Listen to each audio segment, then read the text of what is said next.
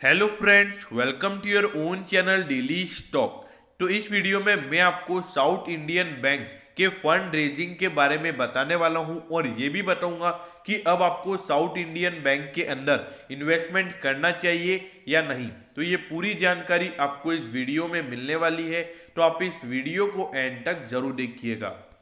और दोस्तों, अगर आपको रोज इसी तरीके की अपडेट चाहिए तो आप प्लीज़ हमारे चैनल को जरूर सब्सक्राइब कर दीजिएगा, क्योंकि आपको रोज ये सारी अपडेट्स हमारे चैनल के ऊपर मिलने वाली है। तो चलिए शुरू करते हैं। तो ये देखिए, यहाँ पर साउथ इंडियन बैंक ने क्या जो बोर्ड है, आज जो बोर्ड मीटिंग हुई थी, उसने अप्रूव कर दिया है कि वो 239 करोड़ का फंड रेज करेंगे विया प्रेफरेंशियल अलॉटमेंट। अब देखिए, प्रेफरेंशियल अलॉटमेंट क्या होता है? मतलब कंपनी जो फंड रेज करती है वो सेलेक्टेड इन्वेस्टर से ही करती है। मतलब जैसे कंपनी ने बोल दिया कि ये 5 इन्वेस्टर्स हैं, हम इनसे पैसा लेंगे और इस प्राइस पर लेंगे। तो ये देखिए, उन्होंने ऐसा बोला है कि वो 8.48 रुपीज़ पर इनको शेयर देंगे। अब जिसमें से अगर आप मेजर इन्वेस्टर देखेंगे, मतलब जो मेन इन्वेस्टर्स हैं, इसमें से सबसे पहले आप देखिए HDFC लाइफ 4.23% का जो टोटल 239 करोड़ का इनका फंड रेजिंग है, उसमें से 4.23% यहाँ पर HDFC लाइफ लेने वाला है और कोटक बैंक भी 4.23% लेने वाला है। और तीसरा SBI लाइफ भी यहाँ पर 4.23% लेने वाला है। मतलब ये जो तीनों हैं, इनके अगर राउंड फिगर लगभग देखा जाए तो 13-14% तो टोटल ये तीनों ही यहाँ पर बाइंग करने वाले हैं। ये तीनों ही यहाँ पर एक मेन इन्वेस्टर्स हैं। और अगर आप फोर्थ की बात करेंगे तो यहाँ पर ICICI लोम्बार्ड भी 0.85% इसमें भागीदारी लेगा। तो देखिए, यहाँ पर साउथ इंडियन बैंक अगर ये पूरे 239 करोड़ फंड रेज करने में सक्सेसफुल हो जाता है तो मेरे ख्याल से साउथ इंडियन बैंक के लिए एक अच्छी बात होगी। अब मैं ऐसा क्यों बोल रहा हूँ? क्योंकि देखिए, हर बैंक के लिए एक पैसे की कमी होती है। अगर उनको फंड रेज करने में अगर वो सक्सेसफुल हो जाते हैं तो उनके जो ग्रोथ के चांसेस होते हैं वो और बढ़ जाते हैं। तो इसीलिए अगर किसी बैंक कभी कोई बैंक फंड रेज कर रहा है और वो फंड रेज करने में सक्सेसफुल हो जाता है तो उस बैंक के लिए एक वो अच्छी बात है। अब ये देखिए, सेक्टर का प्राइस टू अर्निंग है 29.84। ऑल्दो इसकी अर्निंग्स आपको हर साल जरूर गिरती हुई नजर आ रही है, लेकिन फिर भी आपको सेक्टर के मुकाबले अभी भी आधे वैल्यूएशन पर मिल रहा है। अगर आप प्राइस टू बुक की बात करेंगे तो सेक्टर की तो छोड़िए, अपनी खुद की जो प्राइस टू बुक रेशियो इसका है वो देखिए, अपनी खुद की बुक वैल्यू से आपको 71% डिस्काउंट पर मिल रहा है। तो देखिए, यहाँ पर देखा जाए तो अंडर वैल्यू तो ये शेयर अभी है ही है, भले ही इसकी अर्निंग्स में इतनी गिरावट देखने को मिली है।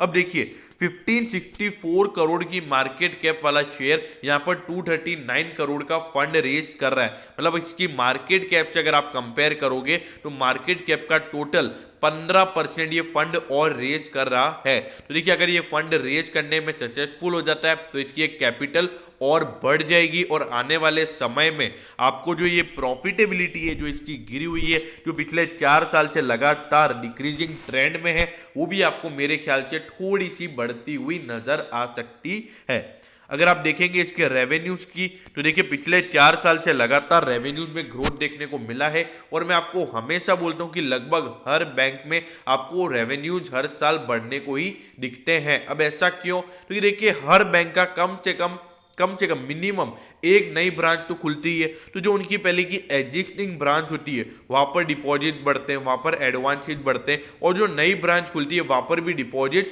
और एडवांसेज बढ़ते हैं। तो इसीलिए यहाँ पर हर बैंक का अगर आप देखोगे तो फाइनेंस कॉस्ट जरूरी है, उसका NPS कितना है वो जरूरी है। तो देखिए, आपको अगर इसका पूरा डिटेल्ड एनालिसिस चाहिए तो आप कमेंट सेक्शन में जरूर कमेंट कर दीजिएगा, क्योंकि अगर मैं अभी वो बताने लग जाऊंगा तो वीडियो बहुत लंबा हो जाएगा। अब ये देखिए, अगर आप इसके हाई से कंपेयर करेंगे और इसका हाई देखिए, 390 करोड़ की इसकी हाईएस्ट इसकी प्रॉफिटेबिलिटी है, और अभी पिछले साल इसने 100 करोड़ का मुनाफा कमाया। तो उसके हिसाब से इसका शेयर का प्राइस आप देखिए 34.75 का हाई है, अभी 8.90 पे चल रहा है। तो देखिए, देखा जाए इसके हाई से जितना इसका प्रॉफिटेबिलिटी इसकी कम हुई है उतना ही इसका शेयर का प्राइस कम हुआ है। अब देखिए, मेरे ख्याल से अगर आपने इसमें लॉन्ग टर्म इन्वेस्टमेंट कर रखा है, बने रहिए। मेरे ख्याल से अगर नीचे जाता भी है, कम से कम यहाँ पर अगर मैं रिस्क रिवॉर्ड की बात करूं तो इसके नीचे जाने के चांसेस सिर्फ 6 रुपये लग रहे हैं, मतलब ज़्यादा से ज़्यादा 6 रुपये जा सकता है। लेकिन देखिए अगर आपको इसमें लॉन्ग टर्म इन्वेस्टमेंट के लिए बने रहना है तो कम से कम आपको 5 साल, मिनिमम 5 साल के लिए होल्ड करना पड़ेगा, तभी आपको इसमें अच्छे रिटर्न देखने को मिलेंगे। क्योंकि देखिए हर बिजनेस को एक अच्छे से सेटअप होने के लिए एक अच्छा टाइम लगता है, और जब वो टाइम के साथ उनकी जो कंपाउंडिंग होती है उसी में एक इन्वेस्टर को बढ़िया रिटर्न मिलते हैं। अब रही बात दूसरी, शॉर्ट टर्म व्यू।